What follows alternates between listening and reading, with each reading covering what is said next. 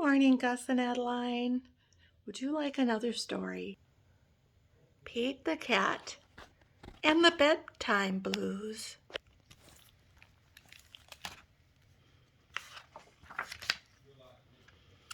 There's Pete in his pajamas.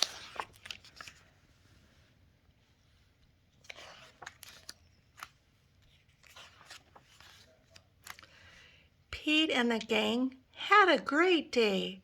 They'd been at the beach, surf and sun and tons of fun. But when the sun went down, they didn't want the fun to end.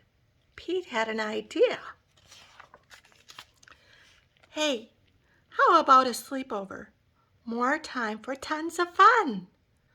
Groovy! Pete's place, let's go! The party was far out, but they knew they couldn't stay up all night. The gang decided it was time to say good night. On went the pajamas, and out went the light. Good night, Gus. Good night, Alligator. Good night, Toad. Good night, Pete. Pete was just about to catch some Z's when clap, clap, clap. Who did that? Pete asked. Rabbit, it was me, Grumpy Toad said. Rabbit, I don't want to go to bed. Ribbit, I want to clap instead. Pete covered his head. This cool cat needs to go to bed. Good night, Gus. Good night, Alligator. Good night, Toad. Good night, Pete. Time to sleep. Pete tried to catch some Z's when rat-a-tat-tat. Who did that? Pete asked.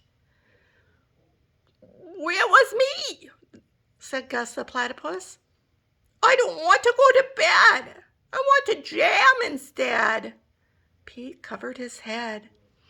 This cool cat needs to go to bed. Time to sleep. Good night, Gus. Good night, Alligator. Good night, Toad. Good night, Pete. Pete closed his eyes to catch some Z's when he heard munch, munch, munch. Pete had a hunch. It was Alligator. He was always up for eating. What could Pete do? All the clapping, rat-a-tat-tatting, and munching was giving him the bedtime blues. Pete had a groovy idea. He got out his favorite bedtime story, started to read, first to himself and then to the gang. Pete noticed it was finally quiet. No more clapping, no more rat-a-tat-tatting, no more munching. They all settled down. No one made a sound. Pete yawned and turned off the light. Good night, sleep tight. Time to catch some Z's.